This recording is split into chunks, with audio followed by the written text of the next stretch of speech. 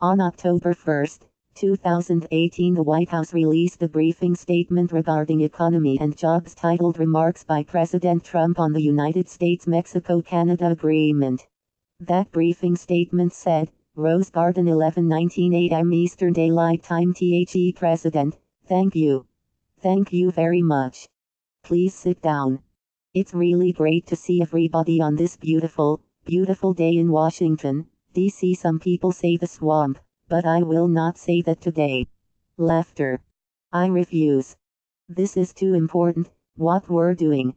One of the most important deals, and the most important trade deal we've ever made by far. I want to thank Senator Joni Ernst for being here. Joni, thank you very much of Iowa, and I'll be there very soon. Applause. We'll be doing something very important in Iowa. But this is maybe more important than all of it put together. Right, Joni? So I want to thank you for being here. Congressman Holding, Congressman Rowe, Congressman Newhouse, and Congressman Meadows, thank you all for being here. We very much appreciate it. You've been very instrumental. Thank you. Applause. I am thrilled to speak to the American people to share truly historic news for our nation, and, indeed, for the world. I want to thank Vice President Pence for joining us this morning. It is my great honor to announce that we have successfully completed negotiations on a brand new deal to terminate and replace NAFTA and the NAFTA trade agreements with an incredible new US-Mexico-Canada agreement, called USMCA. It, sort of, just works, USMCA. Applause. USMCA. That'll be the name, I guess, that, 99% of the time, we'll be hearing, USMCA. It has a good ring to it. I have long contended that NAFTA was perhaps the worst trade deal ever made. Since NAFTA's adoption, the United States racked up trade deficits totaling more than $2 trillion, and it's a much higher number than that with Canada and Mexico. It lost vast amounts of money, and lost 4.1 million manufacturing jobs, and 1 in 4 auto jobs. Lost about 25% of our auto jobs, even more than that. Throughout the campaign, I promised to renegotiate NAFTA, and today we have kept that promise. But, for 25 years, as a civilian, as a businessman, I used to say, how could anybody have signed a deal like NAFTA? And I watched New England, and so many other places where I was just the factories were leaving, the jobs were leaving, people were being fired, and we can't have that. So we have negotiated this new agreement based on the principle of fairness and reciprocity. To me, it's the most important word in trade because we've been treated so unfairly by so many nations all over the world. And we're changing that. We just signed a much better deal with South Korea. We had a horrible deal, and we just signed that at United Nations. And that's worked out well. And they are happy, we're happy. It's good for jobs. Good for a lot of things. When that deal was signed, they said 250,000 jobs will be given by signing this transaction, and they were right. I've said it before. They were right, 250,000 jobs to South Korea, not to the United States. So that's changed, and very much for the better. And this one is a brand new deal. The agreement will govern nearly $1.2 trillion in trade, which makes it the biggest trade deal in the United States history. I want to congratulate U.S. Trade Representative Bob Lighthizer, who has worked. Nobody understands how hard has worked. Applause. No matter when you called him, he was in the office or he was in somebody else's office doing the same thing. Bob Lighthizer is great, I've heard it for years. I said, if I ever do this, I want to get Lighthizer to represent us, because he felt the way I did. And the entire team at the USPA, standing behind me, and some right here in the audience, I want to thank you all. Fantastic job. Applause. Peter Navarro, everybody. Thank you all. Thank you. Fantastic group of people. They love our country. I also want to thank you, Secretary Mnuchin, Secretary Ross, Secretary Nielsen, Secretary Perdue, Jared Kushner, Peter Navarro, and United States Ambassador to Canada, Kelly Craft. Thank you. Thank you, Kelly. Thank you. Applause. I also want to thank President Nieto of Mexico, who we had a few disagreements, but I really like him a lot. I think he may like me, I'm not sure. Laughter. But I think has a terrific person.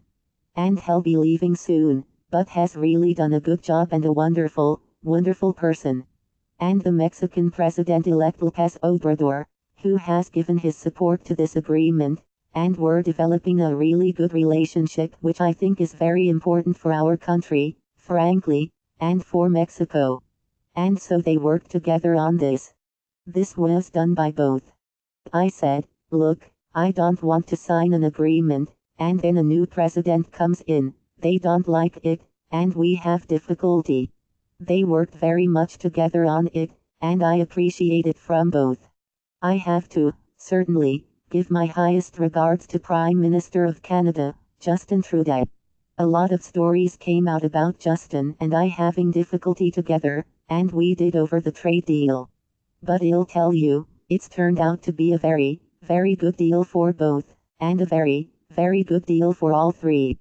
It puts us in a position that we've never been in before. It's very good when you look at the world and what the world is doing and what when you look at the unfair trade practices that countries are using against the United States. This is a terrific deal for all of us. Once approved by Congress, this new deal will be the most modern, up-to-date, and balanced trade agreement in the history of our country, with the most advanced protections for workers ever developed. If you look at the reviews, people that would normally not, under any circumstances, say good things because automatically they have to say bad. Even some Democrats say, that's amazing. We had some they haven't been given the sound bites yet, I guess, Mike. But actually, you had some Democrats say, this is really amazing if he really got all of that. But by tomorrow, I would suspect they'll change their tune. But that's okay, because people know how good it is. It's an amazing deal for a lot of people. Likewise, it will be the most advanced trade deal in the world with ambitious provisions on the digital economy, patents very important, financial services, and other areas where the United States has a strong competitive advantage.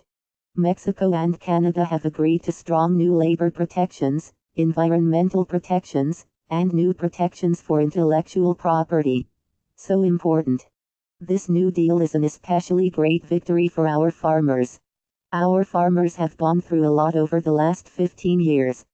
They've been taken advantage of by everybody. Prices have gone way down. And we're working on some other deals that are going to make them very happy also. But this is a very, very big deal for our farmers. Mexico and Canada will be opened up a lot more than they are now. And I think there will be a better spirit between the three countries, which is important for our farmers. The agreement will give our farmers and ranchers far greater access to sell American-grown produce in Mexico and in Canada.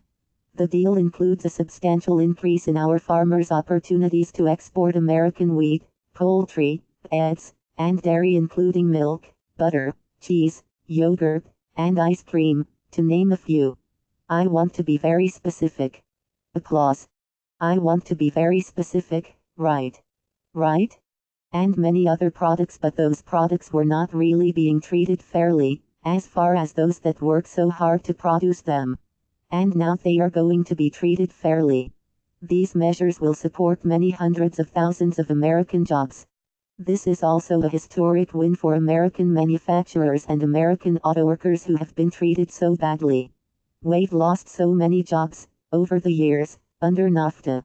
Under the current New Deal, and if you look at the current NAFTA deal, the New Deal is taking care of all of these problems because NAFTA foreign companies have been allowed to manufacture many of their parts overseas, ship them to Mexico and Canada for assembly, and send their foreign-made cars into the United States with no tax.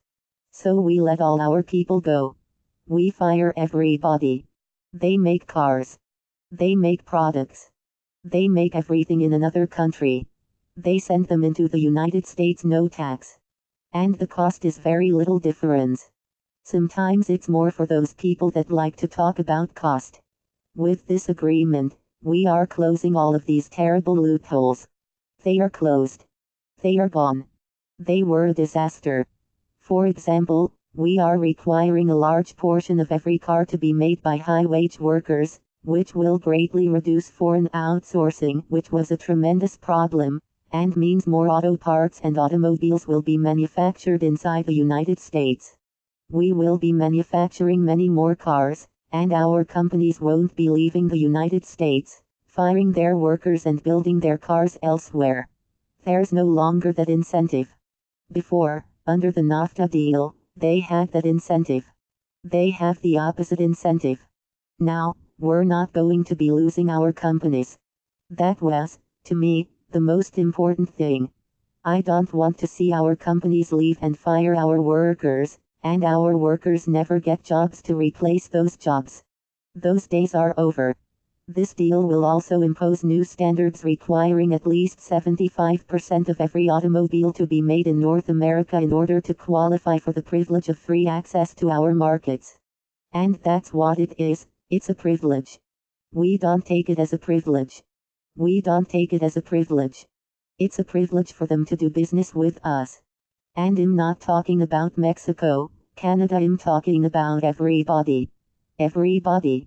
It's a privilege for China to do business with us. It's a privilege for the European Union, who has treated us very badly but that's coming along to do business with us.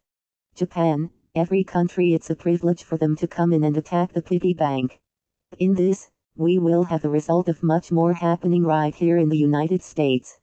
It means, more than anything else, far more American jobs. And these are high quality jobs. There are also strong provisions to enforce what's called the rules of origin requirements. This will incentivize billions of dollars in new purchases of US-made automobiles.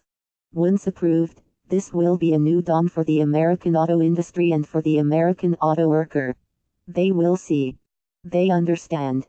They voted for us in large numbers, even though their leadership always goes Democrat. A couple of them said to me, I don't know how I can do it again. Many of them, the leaders, would back Democrats, and would tell me, you're going to get most of the votes from union workers. And we got most of the votes from workers, period. But the American auto worker was very much behind what we were doing. As one primary aspect, it will transform North America back into a manufacturing powerhouse. If you remember, the previous administration said, we're not going to have manufacturing jobs anymore, essentially. We're not going to make things anymore. No, just the opposite. We're going to be a manufacturing powerhouse, and allow us to reclaim a supply chain that has been offshored to the world because of unfair trade issues. We also provide brand new intellectual property protections for biologic drugs, which will make North America a haven for medical innovation and development. We want our drugs to be made here. Made here. Made here.